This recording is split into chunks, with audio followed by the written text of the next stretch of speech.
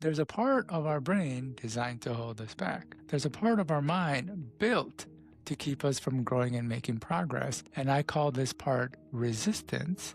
And it's this brick wall that we hit anytime that we want to do something. We can't, no matter how much we want to do it. So now I talk about this concept of internal resistance and this part of us that holds us back from doing something, even when we know what to do and want to do it. Welcome back to Shine In and Out, the space where science meets soul. I'm your host, Sammy Stoltz, and today we're talking about something universal: internal resistance. It's that strange moment when you know what you want, you even feel the fire to go after it, and somehow you stall. It's like pressing the gas pedal with one foot while the other jams the brakes.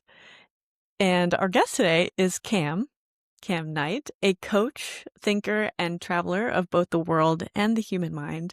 And together we're going to unpack why resistance isn't a character flaw, but a messenger, and how shifting our relationship with it can unlock new levels of freedom.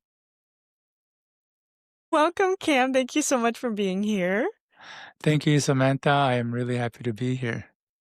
I'm so excited to learn more about what you do. So if you could share a little bit about your journey to where you got to where you are today. Sure. I'll do that. So I'll just start by talking about who I am. My name is Kam Knight. I am a mentor, international speaker, and author of a dozen books in the area of mental, physical, and emotional performance.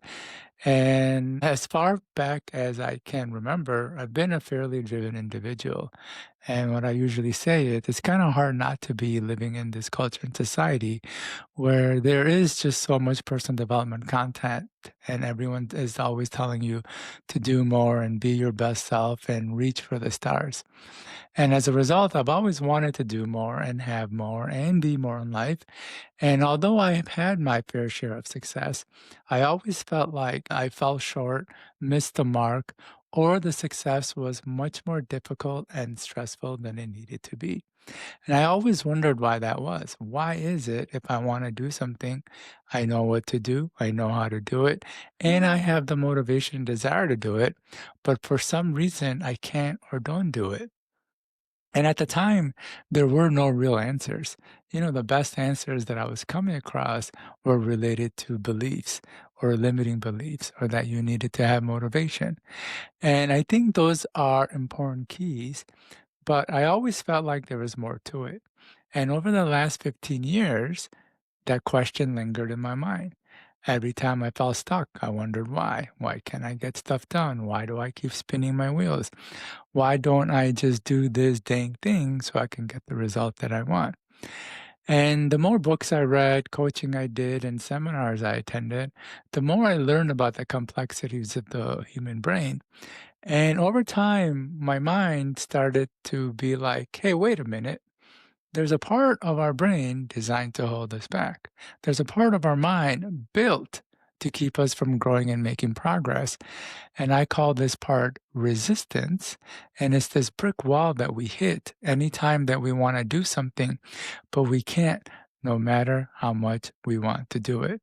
So now I talk about this concept of internal resistance and this part of us that holds us back from doing something, even when we know what to do and want to do it. Interesting. So, Yeah, I mean, I'm sure some of that is evolutionary, right? yeah, Like our brains are wired to keep us safe and protected, and what's new is scary and potentially dangerous. So yeah, I I think you're absolutely right.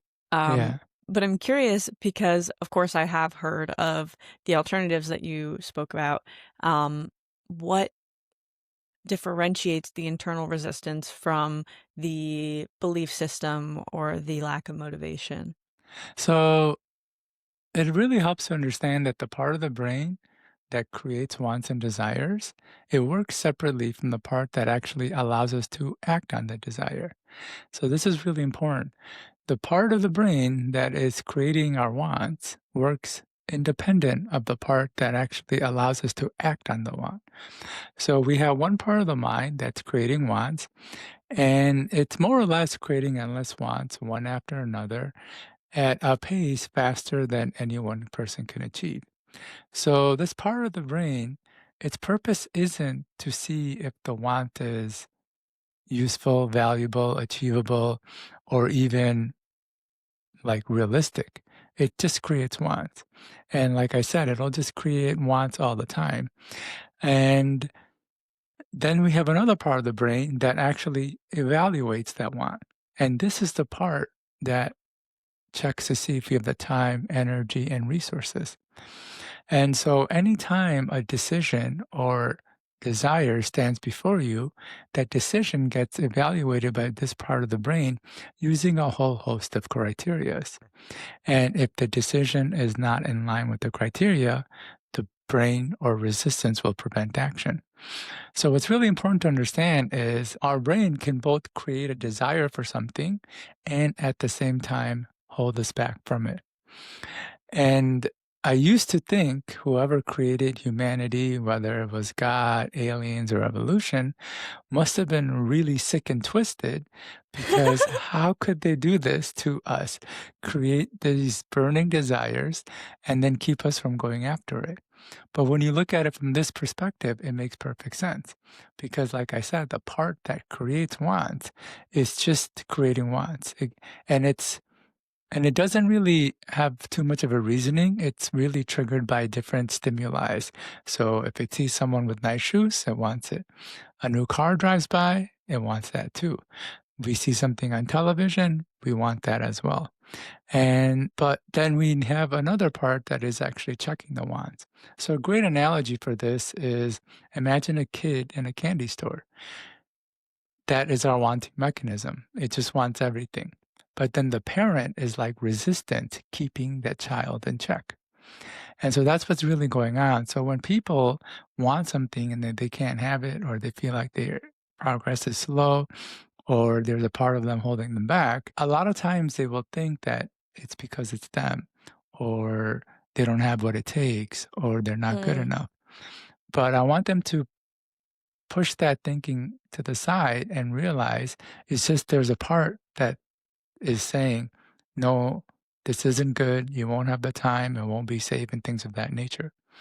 Now, to answer your question, when resistance evaluates the desire, it goes through a whole host of criterias.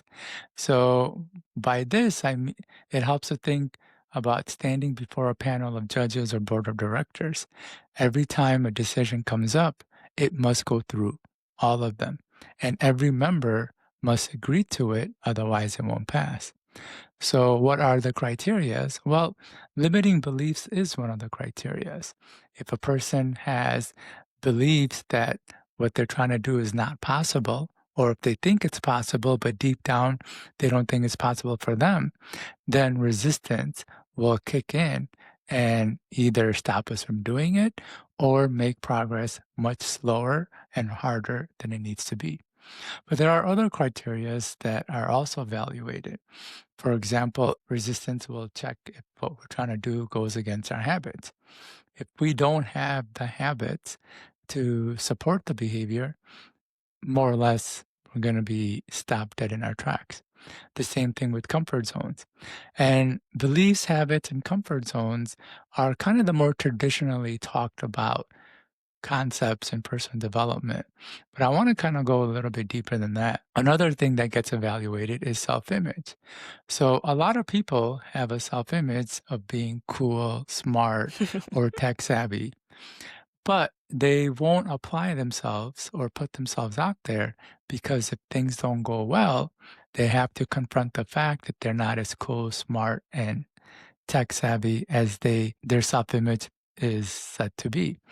And so a lot of times it's much easier to not do the thing and hold on to the self-image than to do it and possibly prove the self-image wrong. So resistance will come up if we're trying to do something that might damage our self-image. But then it goes even deeper than that. This is something a lot of people experience, especially in this country and culture, which is authority issues.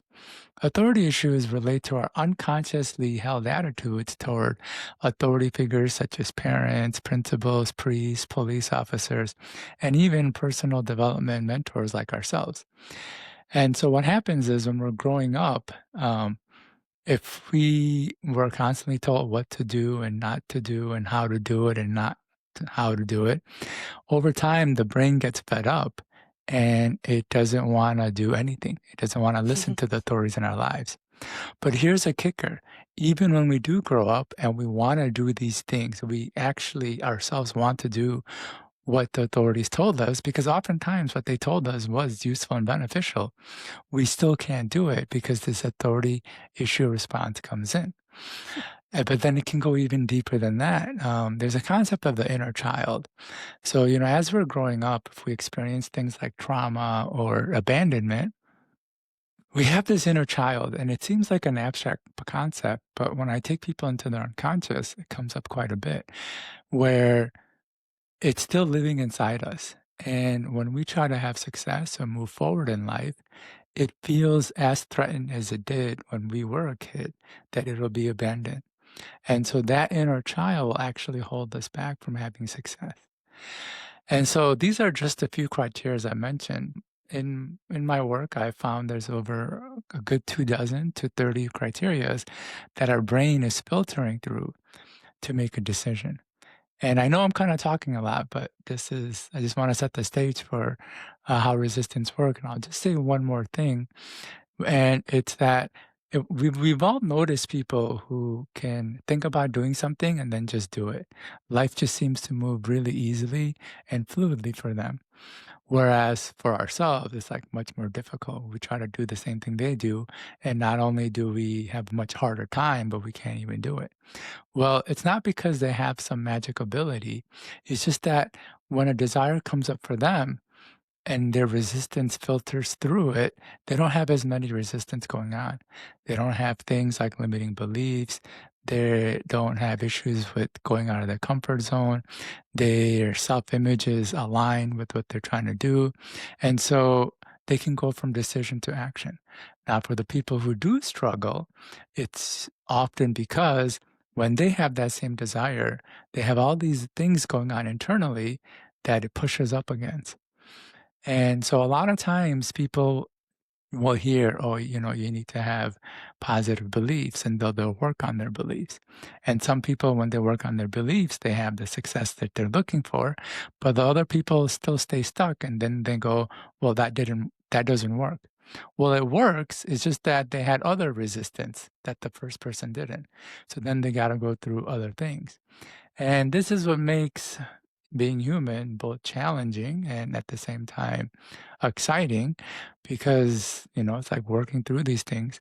But the challenging part is, we have all these criterias that a lot of it doesn't even get talked about. I'm sure you really didn't hear too much about authority issues in prior podcast guests or at all. I mean, this was a concept that took me a long time to actually come across. Makes total sense. Yeah, and then the inner child stuff, it's getting more talked about right now, but not as much, especially in mainstream personal development. But then, like I said, there's even deeper things that are going on. That was a really great background. I feel like everybody will have a really good understanding of what's going on here. Some of the things that came up for me, first of all, you always felt that it was harder than it needed to be, and you always Yeah, felt that you were falling short. There's definitely an agreement, with society that we all have, that yeah, there has to be something done. Like, being idle is not okay. And I wonder if the society is an authority type of form where people have that same type of resistance to, why do I have to be doing all of the time? Why can't I just yeah. be? What Yeah, do you think about that? there's definitely that playing out. So our authority issues operate on many levels. Uh, I'm just it doesn't just come from like parents and teachers and the school system or principals. It really comes down to anyone who tells you or makes you feel obligated to do something. And so it can come societally, it can come from even personal development, because, a lot of personal development is giving this message of do more and be your best self and reach for the stars. And then a lot of times that's very inspiring and we do get motivated to do more, but then we aren't able to move forward, or we get stuck, or we get blocked, and then we get upset. And then when we hear that message again, the authority issues kicks in, and it's like, ugh, like, I would just want to live my life and I'm going to do what I want when I want. So this authority issue is actually huge. And again, I think it's a lot more prevalent in this culture than a lot of other cultures I have visited. I've traveled to over 100 countries. And it does come up when we are told to do things. And I'll go a little bit deeper into it. We're told to do things, and either we don't get the result that we were told we would get if we did it. Two, a lot of times we're doing it to get the love and affection of the authorities in Mm. our lives. And when we do it and we still don't get it, we get upset. So Hmm. if our parents say, clean your room, study, and things like that, oftentimes we will do it so we can get their attention and their love. But when we don't receive it, a part of the brain gets upset. And it's like, well, what's the point of doing it if I'm not getting that thing that I wanted? And this is all happening unconsciously. We don't realize what we're actually seeking and what we're not getting and why we're actually upset. The authority issue just kicks in, and then we don't want to do it.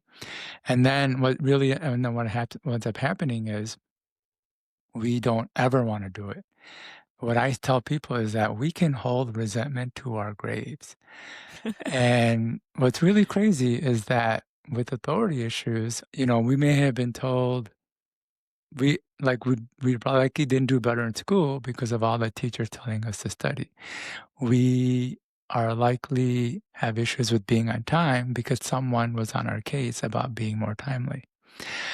We are likely not, focusing on diet and health because an overbearing father or mother wanted it so bad for us. But what's really interesting about authority issues, the opposite can also be happening. We may watch so much television and eat so much junk food to give the big FU to all the authorities who said it was bad Mm. for us. Or we still drink, smoke, and get high for those reasons. And a lot of times with the authority issues, it kicks in, like I said, without us knowing it. And a lot of times we're trying to either hurt our authority or outsmart them when we're doing what we're doing. So when we don't, but what I tell people is our authorities issues hurt no one else but ourselves. So when we don't listen to the teacher, it doesn't really hurt her grades, it hurts our grades. When we don't listen to our parents, it doesn't really affect their health or their success, it affects ours. And a lot of times we're trying to outsmart them saying, hey, I know you told me to do this, but I'm going to get the results without it or whatever. But oftentimes we just create a lot more unnecessary struggles for ourselves. And so these are these like complex things going on internally that no one's talking about, and is running our lives in like very unhealthy and destructive ways. Absolutely. Absolutely. Um, I also think about so for me, I think I started with maybe a fear of failure. Yeah, And then as I was getting through that and developing, it doesn't matter if I fail, I'd rather try. And failing is learning, right? And growth. So then it became fear of success yeah, because because I don't want to be, I don't want people to know who I am. I don't want people to recognize me in the grocery store. Like I love yeah, my anonymity, all of that jazz. yeah, So it's so interesting that your brain is always trying to protect you. Like you said, your prefrontal yeah, cortex has all these big dreams, and then your yeah, amygdala is like, "Whoa, that's not safe," you yeah. know? And I'm glad that Uh, you kind of pointed it to the parts of the brain, because really, when I say, the part of the brain that creates wants works separately from the part that allows us to act, it's really these two parts. It's the prefrontal cortex as well as the amygdala, where one part is where the desires are coming from, another part is like analyzing the desire and going, okay, well, this is not what we want to do. Now, I like also what you said, how it first came from this fear of failure. And then when you work through that, you hit up another criteria. And then now it was the fear of success. And I just want to kind of rip on that. So we get why the brain would create resistance due to failure. And it's pretty obvious the things that it's trying to protect us from when it comes to failure. Like it doesn't want us to waste time, energy, resources, and more importantly, anything that might cause us to injure or hurt ourselves. Hmm. Though there's one aspect of failure that doesn't get talked about, and it actually comes down to feelings. And that's because failing or making a mistake is painful, very, very painful. The brain can release some really difficult to sit with and unpleasant feelings when we make a mistake or fail. So, a lot of times, even though there's really no bad thing that could happen, like time, energy being wasted, but the brain will still create a fear of failure because of the feelings. And for some people, making mistakes and failings is much more painful than another person. And the more painful it is, the harder it is to do the thing and the more resistance that comes up. So this is where two people can do the same thing and one person will experience less resistance because if they're less sensitive to failures and mistakes, their brain isn't going to put as hard of a brake on that decision. But for a person where they do have more pain, more emotional pain, the break is going to come much more sudden. And what's really interesting about mistakes and failures is that anytime we do something, there's tons of mistakes and failures. There's a lot of these micro mistakes and failures, like we may miss an appointment, like things that happened to us trying to do this podcast earlier. We may show up on time and things like that. Now, these things are minor, but for some people, their brain releases as intense and unpleasant feelings as with the big mistake. And because there's all these, um, there are multiple micro mistakes that can happen, it's just too much for the brain, or there's just too many possibilities of experiencing pain that it puts a break in our lives. Now, if a person like yourself does, work through that part and can say, oh, wow, it's not really a big deal. Like, there's no issues in making the mistake, or it's not as big as my brain is making it seem. So we work through it. Now you're confronting fear of success. And what you're describing, the fear of success can come for many reasons, but what you're describing is a cause of resistance that comes up. I see it all the time of people wanting to be invisible. Hmm. Like they don't want, because success, no matter what kind of success we're chasing, whether we're trying to work out and get fit, whether we're trying to have educational success, doing well in school, whether we're trying to make more money or get people to like us, it all brings us more exposure. Like when we get fit and healthy, we become more attractive and it creates more attention. When we're doing better, um, you know, peers and teachers notice it. When we're making more money, we just have to go out and create more clients and all that to do that. So it creates more exposure. And some people are actually very sensitive to the thoughts, judgments, and action and reactions of others. And if we're getting more exposure, that means we're exposed to more thoughts, judgments, actions, reactions of people, and it can become too much. It's kind of like the mistakes. Some people are more sensitive to mistakes, some people are more sensitive to people. And so the more people that the success can put us around or the potential of exposure it gets, the more resistance will come up. Though I will say, like, when it comes to invisible, because this is a very specific resistance that does come up, is that it usually happens when we were growing up and we had a upbringing where the brain comes to the logic or belief people equals danger for whatever reasons. And if that happens, then the more we want to stay invisible. And the more invisible we try to be, the more we limit our success. Absolutely. I mean, you really, in so many ways, have to train your brain, and I love what you're doing because it's telling people that there's nothing inherently wrong with them, Yes. that this is fixable if you want it enough. But of course, you have to do the work, and, Yeah. it's a journey. But, I Yeah. mean, looking back on all of the work that I've done, it feels like no time at all, and it feels easy to jump to the more positive conclusion or whatever that may be. For instance, like comfort zone. I used to hold myself in that like a swaddled baby. Like I Yeah. loved comfort and I didn't want anything else. Why would it be worth it? But I kind of went on this journey where I learned all of my most impactful growth came from the depths of my Yeah. discomfort. And so now I've trained my brain to seek it and to go after it and to be excited about it because there truly is no such thing as time or energy wasted. And there's no such thing as failure because failure implies that you put yourself out there and you tried. And that is Yeah. more than half the population is doing. So it's a lot of reframing, right? Yeah. Um, I'm curious how you help people get to understand what is holding them back mentally, and because, of course, you can't fix something if you don't know Yeah. what's going on. So how do you mentioned the bringing them into their unconscious, all of that stuff. What is your process with that? Yeah. So to answer the question, I'm just gonna expand on a couple things that you had said. One is you had said that a lot of times people will think that it's them. They Mm. think that they're lazy, they don't have what it takes, or something's wrong with them.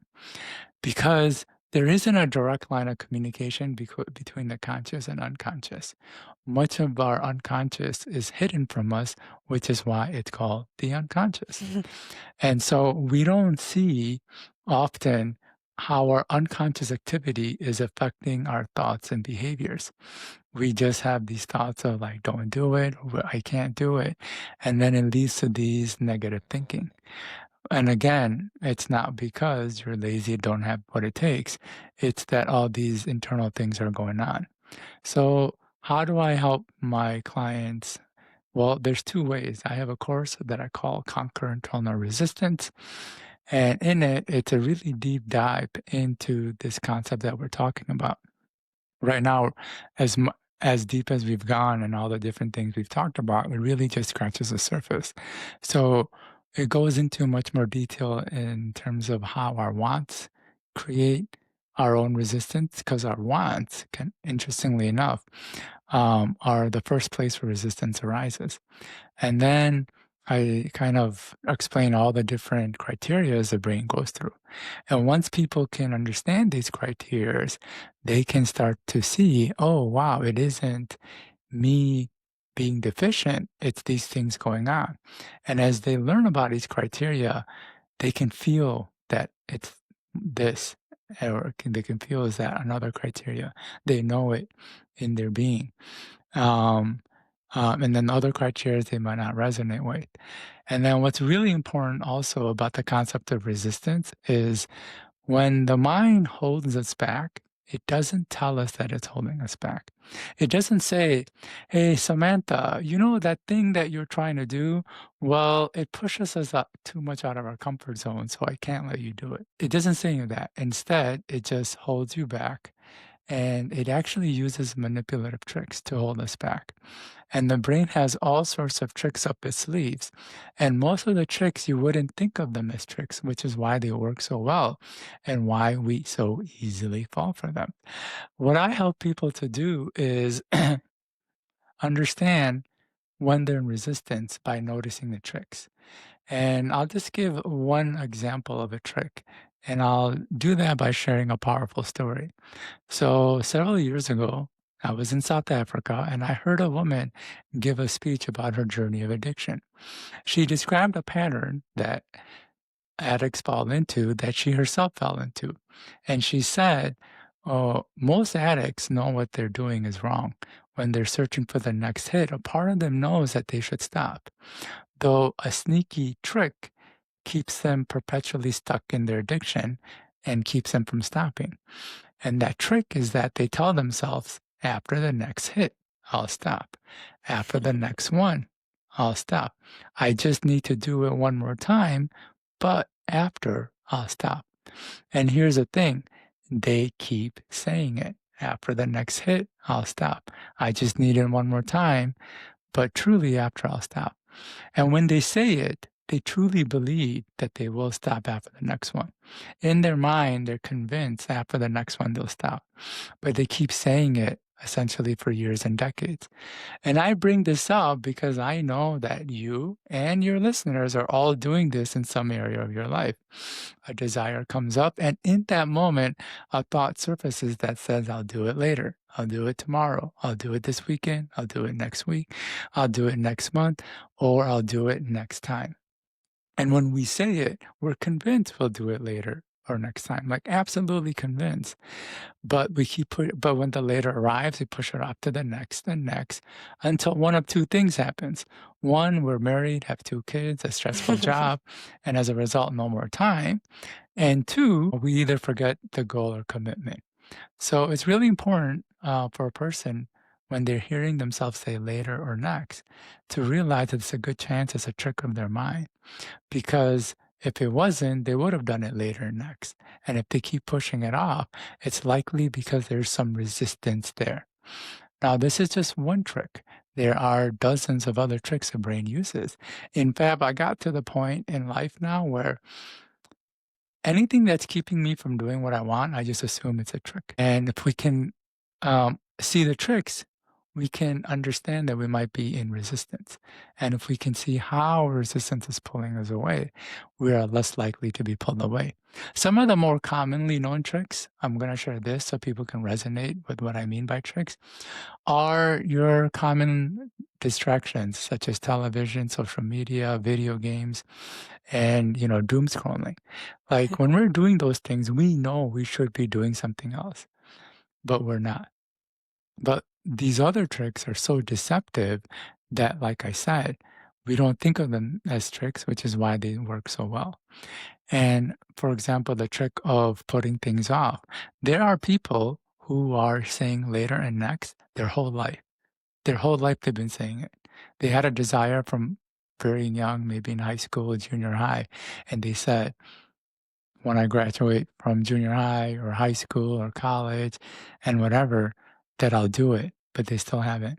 And and even though to this day they're saying later or next, they're absolutely convinced that the later that they say will be the one that they'll do when they'll do it, but they don't. So that's the other way I help people. So when I was doing my own work, because it took a lot of work to get to this point to have these knowledge, because I had a lot of resistance. I was like, okay, I got through this, and then I come across another one and another one and another one. Um, in my journey, I had a lot of people telling me what my issue was and what I needed to do to solve it. And I would listen to them and I wouldn't get the results. And, I would and rightly so, I'd get upset. And then I realized if my issues are in my head, why don't I just go there for the answers? And so in my journey, I have developed a technique that helps people go into their unconscious. I figured out a way to disengage that barrier between the conscious and unconscious where they can see their own resistance.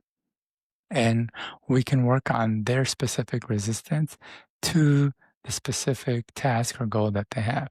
Because we have resistance to a lot of things, but a lot of things we're not really interested in moving forward in.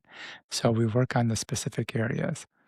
And a lot of these resistance actually have an emotional response. So when we do have resistance to comfort zone, it's this emotional response that comes up. When we do have resistance to people or what people are thinking, or the judgments and reactions, it's an emotional response. When we do have resistance to mistakes or even that authority issue, it comes as an emotional charge. And what I realize is if we can release the emotional charge or response, often the resistance subsides and to a point where they don't even realize it was an issue at one point. It's when a desire comes up, it just moves through to action or to the next resistance that we need to work on. And I think this is much better and more effective because working on resistance on a conscious level is very difficult. To constantly remind yourself, oh no, it'll be okay. Mistakes are necessary for growth. Like that's good and that's helpful.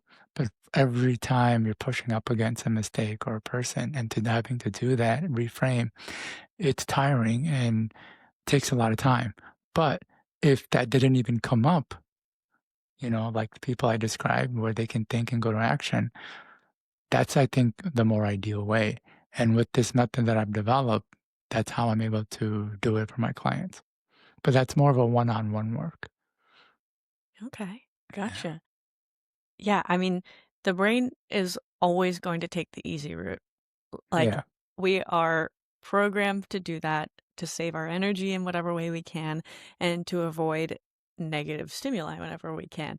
Yeah. And absolutely, procrastination isn't a time issue, it's an emotion issue. Because when Yeah. you're avoiding a task, it doesn't feel good. You have that doubt and that anxiety. Yes. And so your brain, your nervous system is like a short term trick.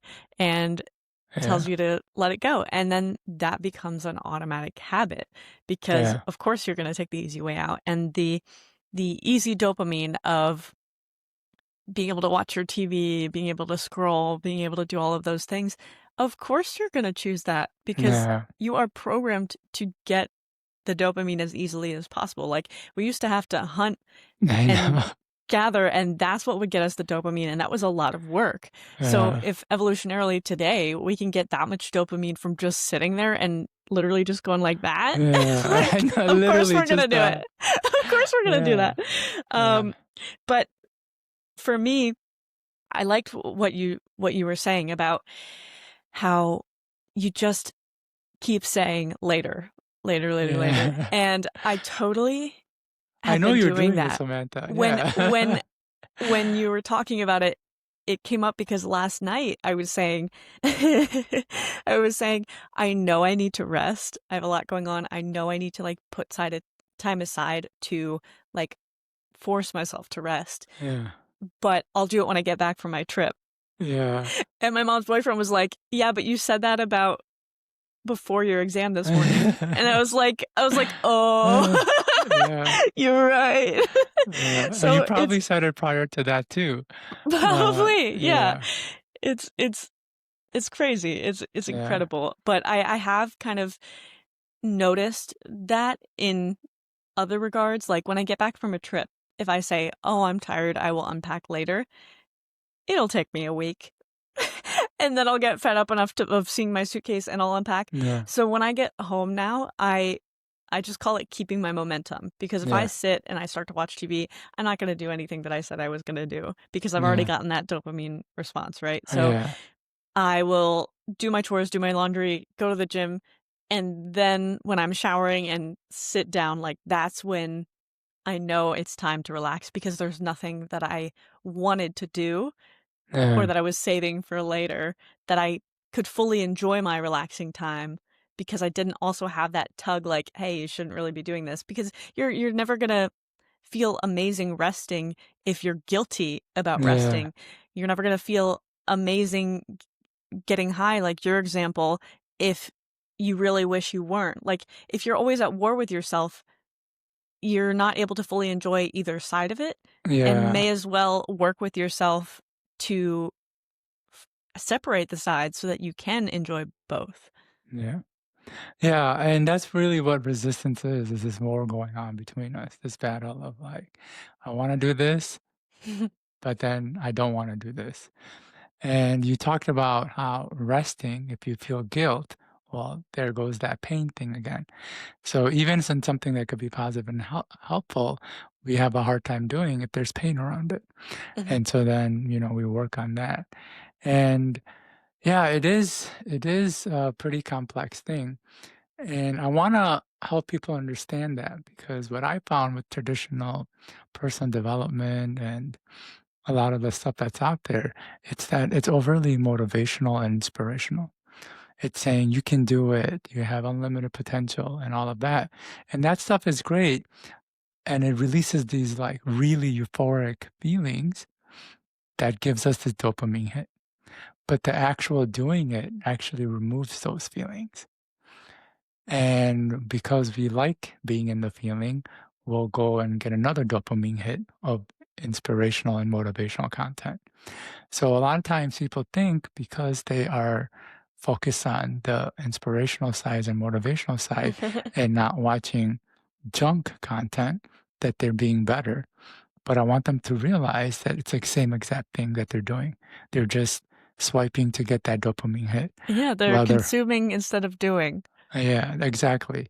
And they think because the thing they're consuming is better than what others are consuming or the alternative, that it's good.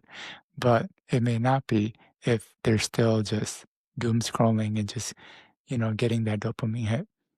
And yeah, there were a couple of things that did come up as you were saying all of that. And yeah, like there's a lot going on that does, help for us to be aware of because we hear that phrase, you are your own worst enemy.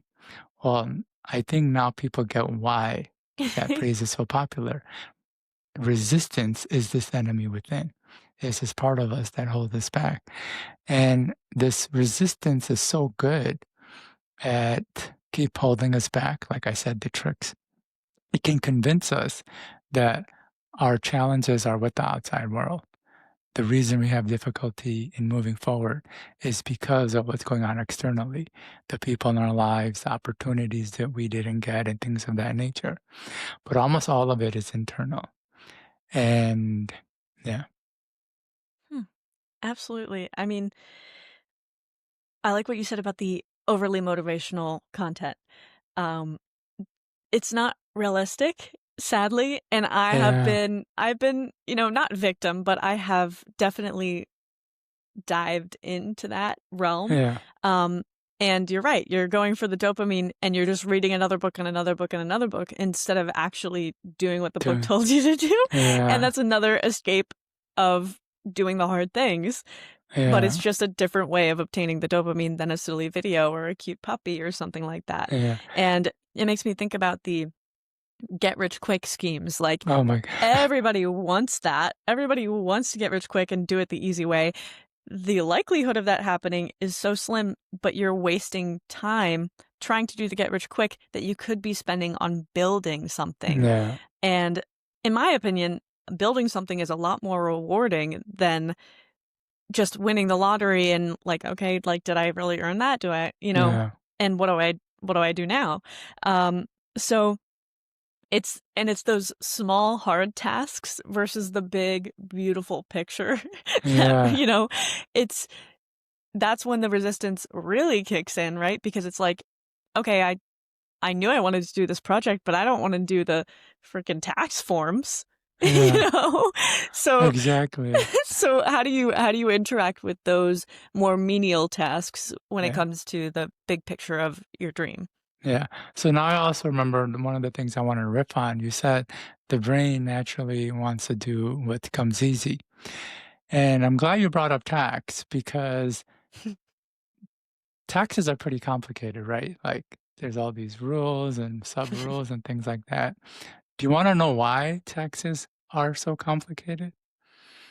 It's because of humans' nature of wanting to do as little as we can for maximum results. So there's two main purpose of tax. One is to generate revenue, and two, it's actually to influence our behavior. So if the government thinks that having people do certain thing will be beneficial, it'll give us a tax break. For example, for investments, the government felt that it was good for people to hold on to investments for at least a year to give the companies that they're investing in an opportunity to grow, right?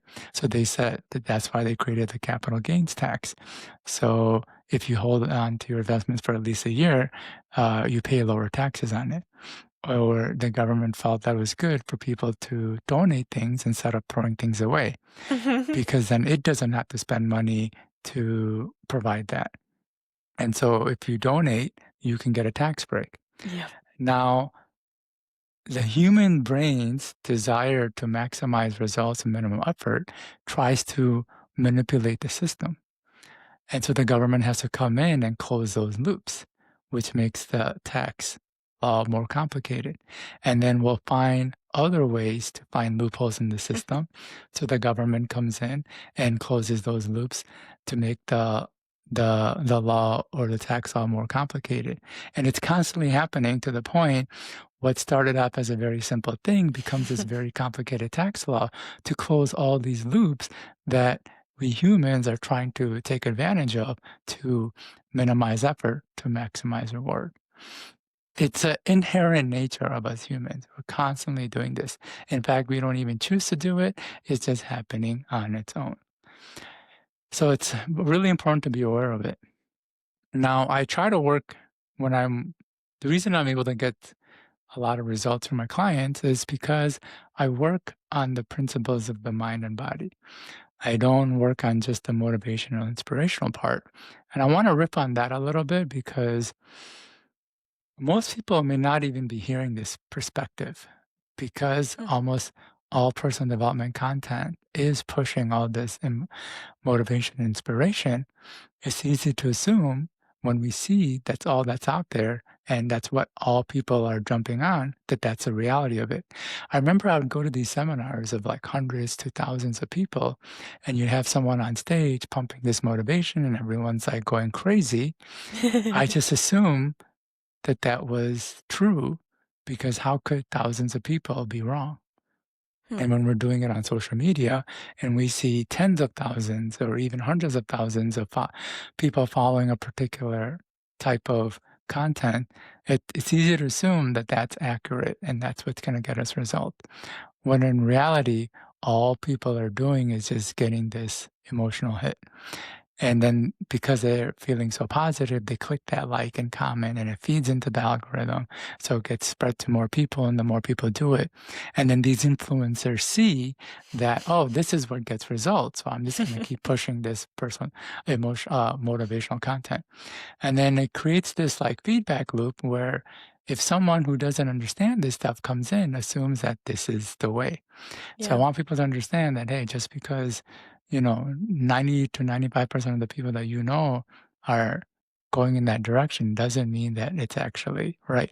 All they're doing is just get, getting a getting a big dopamine hit. Yeah, I Yeah, couldn't agree more. We are biological beings, and if you're only working with like if you're only working with dopamine, how can yeah, you expect to have these results that you're seeking? It's yeah, sadly, there's not like one hack to win it all. yeah, That's why we coach, right? It's not that yeah, easy. You need to go on this journey and it's individualized and all of that stuff. But yeah, I would like to propose that resistance is actually a sign that you're moving towards something that matters because you care enough to resist. I think the things that we should be avoiding are the things that we feel neutral about. yeah, Like if I feel neutral about going into computer programming, I shouldn't do that. Even though maybe my body's like, "Oh, well that's not scary because I'm neutral about it, so I'm not afraid yeah, of failing, so let's go into that." yeah, No, I'm scared of not being able to impact people the way that I want to, not being able to leave the world a better place than I found it. yeah, That's scary. yeah, So, even though it is scary, though, it's more scary to me to not try yeah, and realize on my deathbed that I didn't. So, it's a different type of fear, but it's resistance and it's, in my mind, a green light. yeah. And you're right, 100%. A lot of the things that we resist are usually the directions we should be going into, and in fact, what we truly want to go into. Mm. So resistance doesn't come up for any reason. There's usually a want and desire. And so we want something, and the brain evaluates it, and it says, "No, don't do that."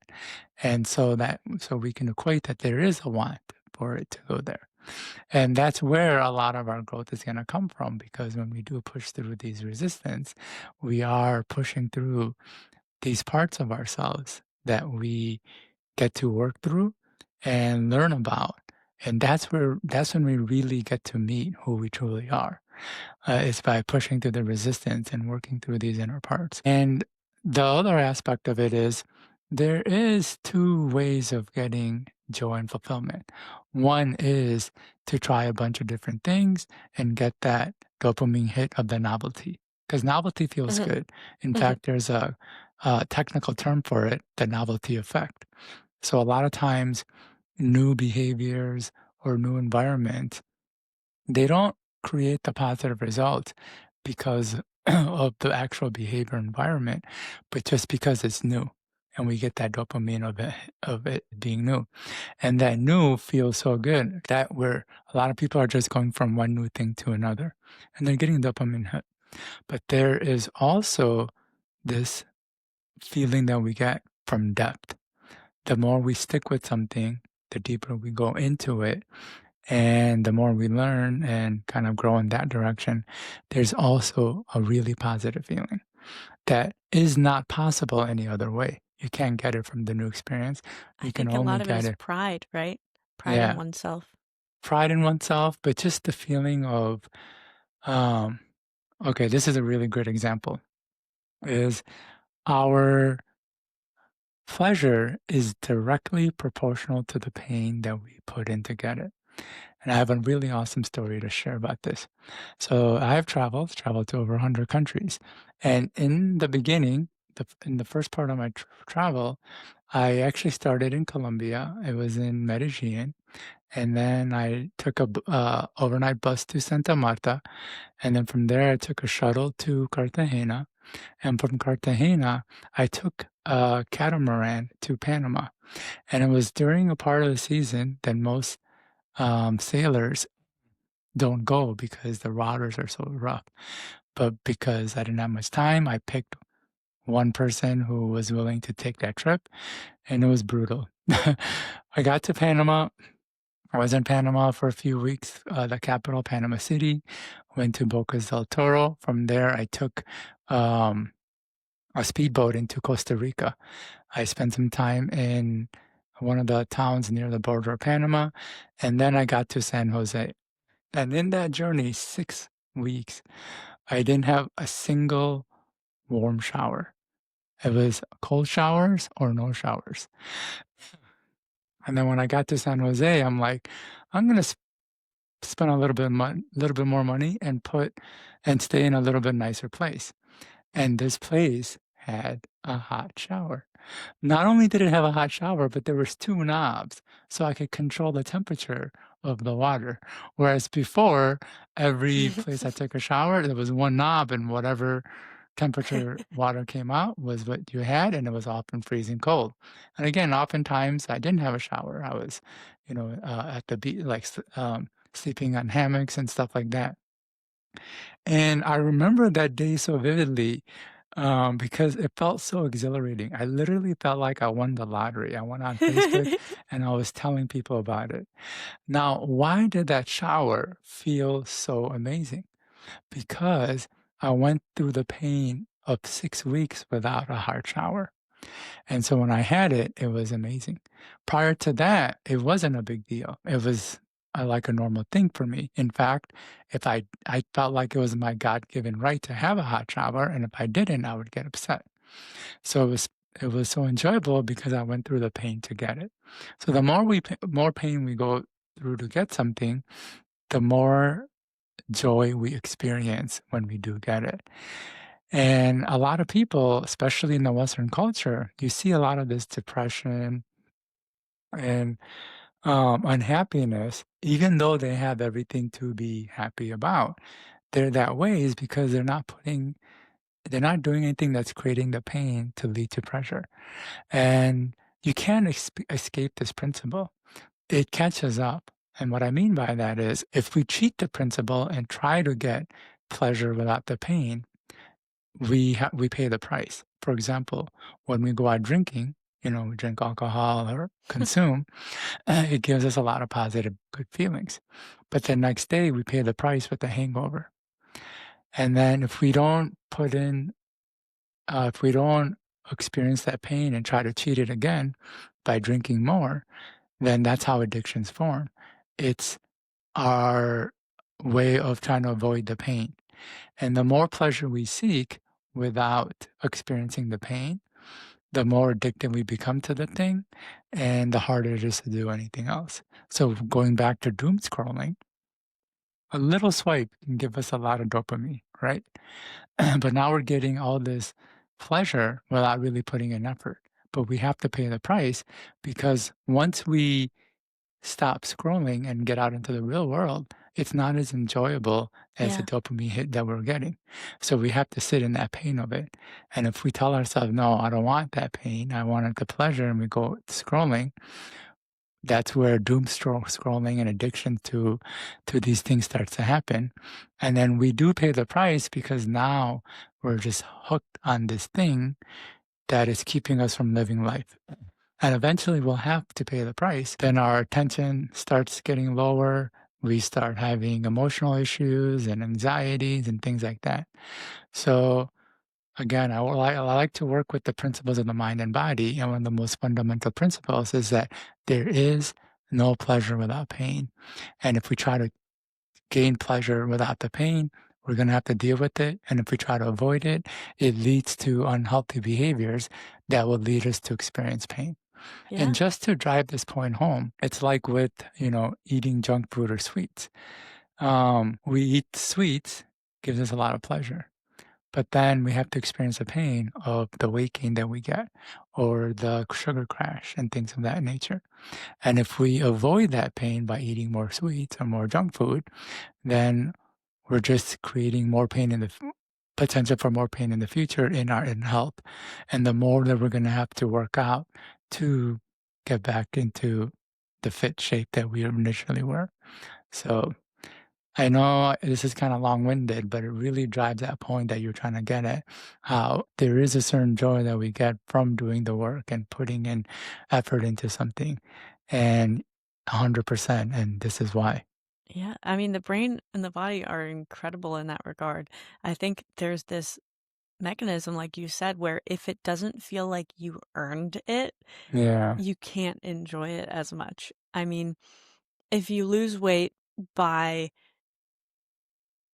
I don't know, starving yeah, yourself instead of doing exercise, or the stomach staple you're thing never and going to all be these things. satisfied. Yeah, you're like, why don't I feel satisfied? I didn't because Yeah, you didn't do the work, and you're yeah, always kind of questioning whether or not your outcome was deserved. yeah, Um, so yeah, absolutely. I'm so glad you yeah, elaborated on that. I yeah, think it's something that people do every day, everywhere, and don't really talk or acknowledge that yeah, concept. So, as we're getting up to an hour, I would like to ask you a final question. sure. What can somebody do today that can start unraveling this resistance that they have or maybe didn't even know that they had? That's a very good question because oftentimes I'm asked, when I'm doing a show or I'm on a podcast and I talk about there's a part of our brain that's designed to hold us back. And then one of the first questions I ask is, well, how does someone overcome resistance? And I'm glad that you didn't go there first because it really helps to understand anytime that we want to do something, that desire gets filtered through a host of criterias. And so, if a person wants to work through the resistance, they need to look at the criteria that's holding them back, and work through on moving past that. And so, it's not a simple answer as what is this someone can to do, because we have to work on the specific issue that's coming up, and what works for one may not work for another criteria.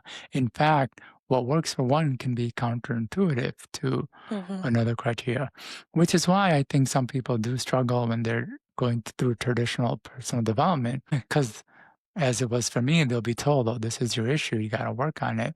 And when you do, either you don't get the results or things kind of get worse.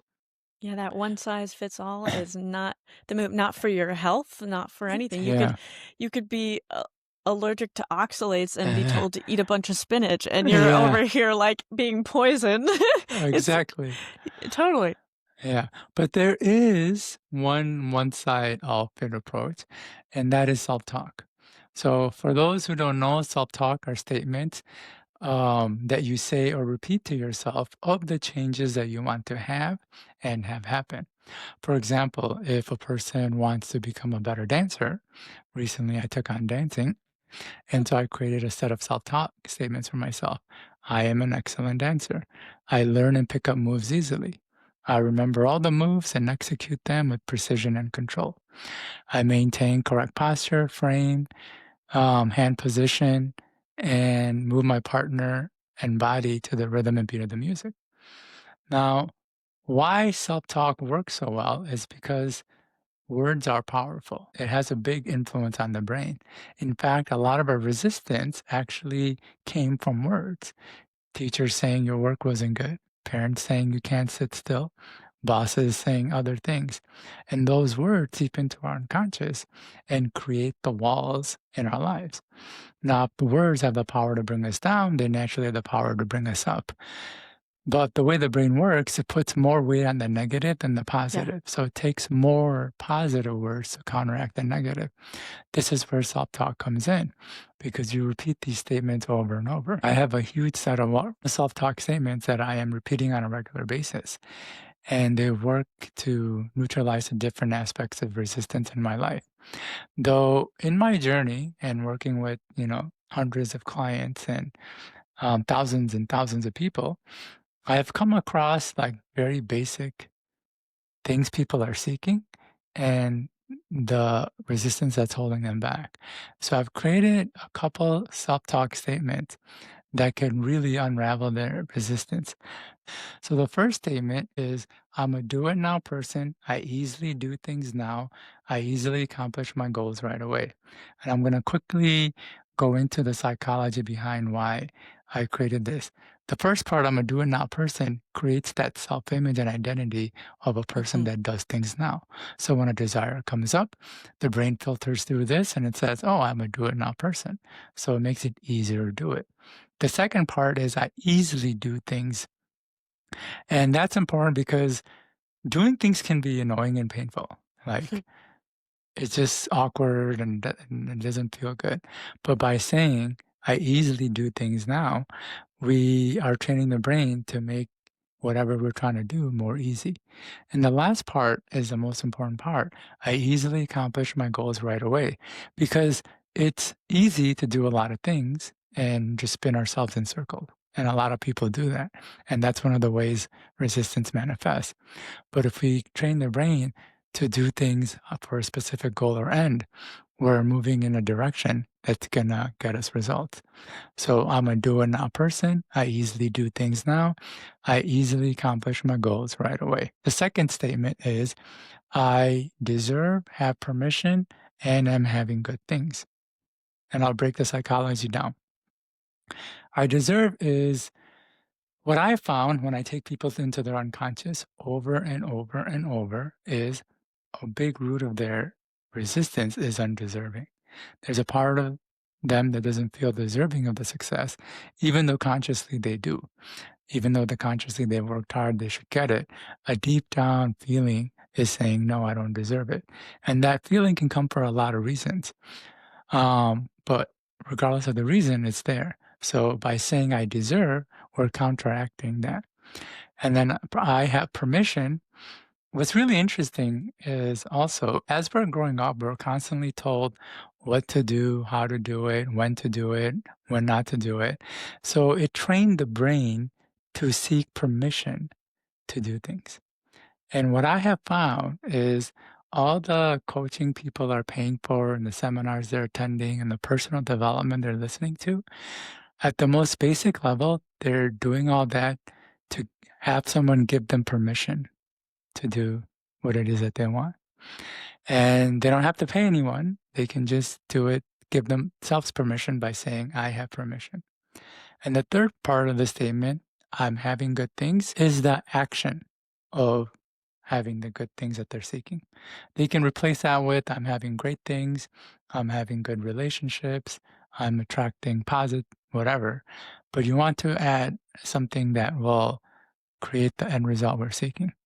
So if a person can repeat these two statements, I'm a do it now person, I easily do things now, I easily accomplish my goals right away, I deserve, have permission, and I'm having good things, it will unravel a lot of what's holding them back and put them in forward movement action without having to go through all the stuff that's going on internally that we talked about, which just scratches the surface of Yeah. what is going on inside the human mind and body.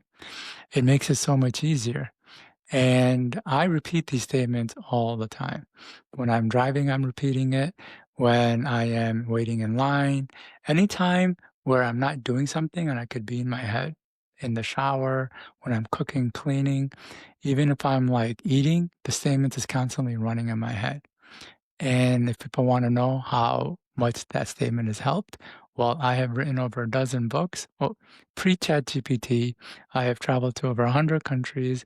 I have done some of the most amazing things you can imagine, swimming with ha- whale sharks, scuba diving with hammerhead sharks, sleeping in the oldest rainforest in the world, hiking the largest ice sheet in Greenland, Wow. developing a concept like internal resistance that no one is really talking about, and even this technique. So it's helped me do a lot. And if I were to come down to the foundation, it really comes down to the self-talk that I've really committed myself to repeating, this technique that I developed that helps people go into their unconscious, and just controlling the people and the environment that I'm in. Those things have been pivotal in helping me do the things that I have. Totally. I mean, it's what you focus on. It's Yeah, going to grow. I mean, if you focus on having abundance, yeah, then you're not thinking about having scarcity. And yeah, that's why people often like skip over affirmations and self-talk like that, but it is so powerful because your yeah, brain is on autopilot half the time and you're creating these emotions by these automatic thoughts that were created maybe not even by you. It could have been like your mom said something so many times that you're repeating yeah, it to yourself that you're unworthy or anything of that nature. And yeah, like you said, the negative is far easier to hold on to than the yeah, positive evolutionarily. Like yeah, if your body was made to one, okay, two situations. You're being chased by a lion yeah, because you tried to steal its food. yeah, You're not gonna do that again. The fear was huge. The yeah, stakes were high versus I found some berries that don't kill us when we eat yeah, them. Very nice. I'll find them again. You get yeah, some dopamine, but the don't do that again, that is a yeah, the huge, huge, reason adrenaline, yeah, exactly. yeah. So So I just want to rip on that mhm, really quick. Um, so because these two statements I've given is just so foundational and what really deep down all of us are seeking. We're the tagline for my business is Kam Knight, do more, live more.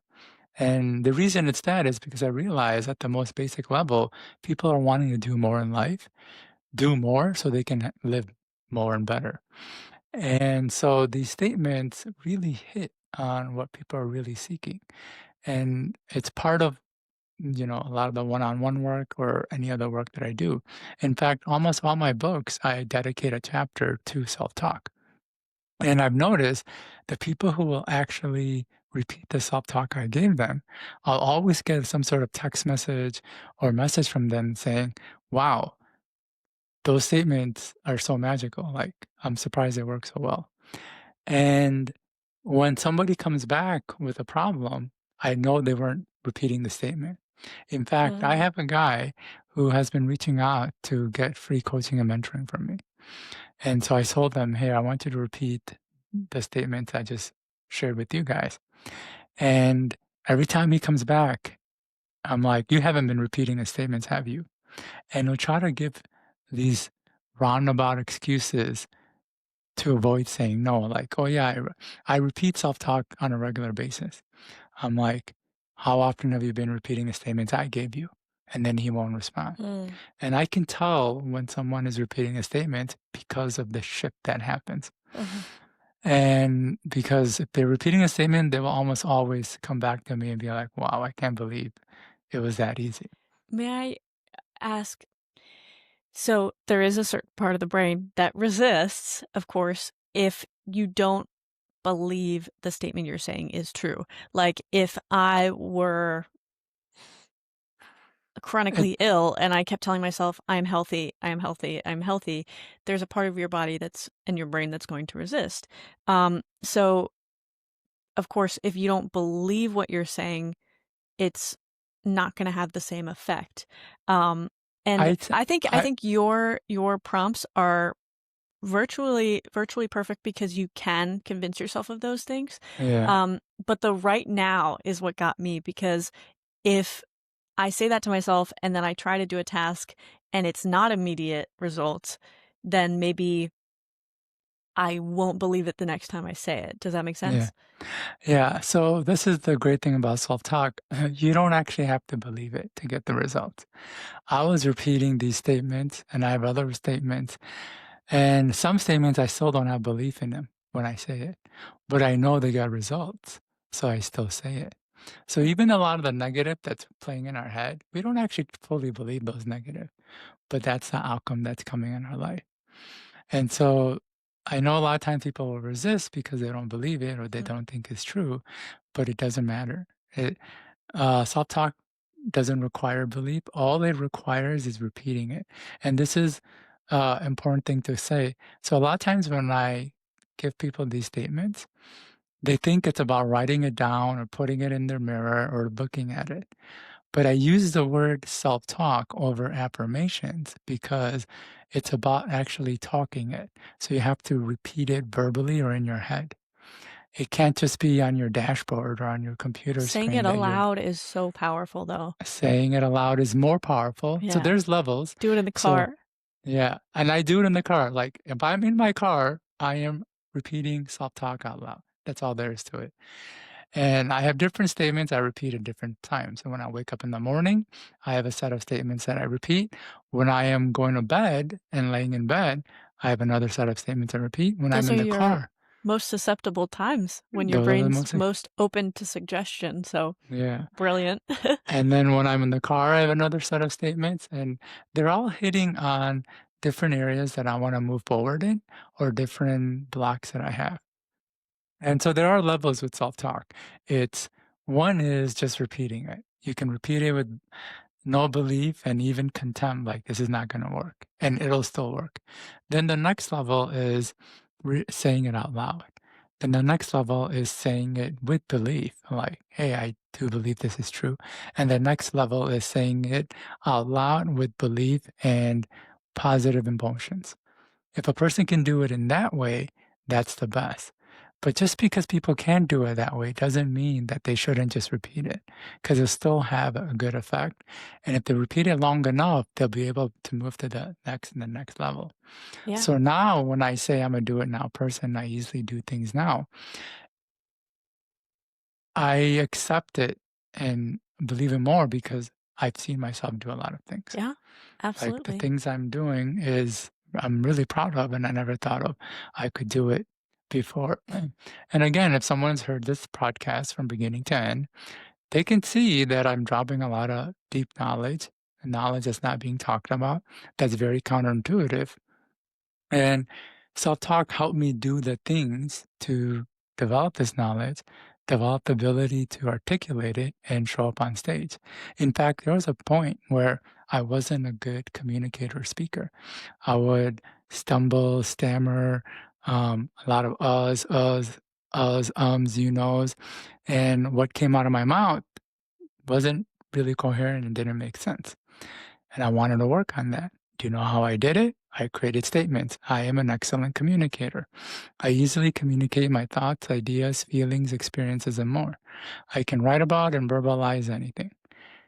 These three statements I repeat every single day, and I feel I've gotten a lot better at communicating both in the written word and the verbal word. So they can help. And in the beginning, when I was repeating these statements, I'm like, I am not any of these things. Mm. But through experience, I've learned that if I do it enough, I will it will just start creating the results. And when I see the results, it will create the beliefs, and that'll become the positive feedback loop. Yeah, I mean, I absolutely even just listening to affirmations, like, when I first got up in the morning, sometimes I would record my own in my own voice and Yeah. then repeat after in my head, um, Yeah. but even other people's recorded affirmations, especially in those susceptible times when your brain is open to those things, it makes a difference, but what you're saying, doing it actively and for yourself, inside yourself, or Yeah. aloud, especially aloud, is another level. Like, Yeah. if you didn't feel ready and you wanted to start subliminally, yes, you could listen to Yeah. other people, but the more power comes from The active. making your own, Yeah. absolutely, because it applies specifically to you, or at least tailoring yours to your own or something like that. So absolutely, I love that, and I hope we get more people doing that. Yeah, yeah. And again, it's one of those things where very few people see the power in it, but the ones who are willing to do it, they get massive results. In fact, when you look at some of the biggest celebrities and influencers like The Rock, Oprah Winfrey, Tony Robbins, they all attribute self-talk to a lot of their success. Like they're literally saying, this was what got me here. And so it has a lot of power. Seems too simple, I think, for a lot of Yeah, people. yeah, yeah, Yeah.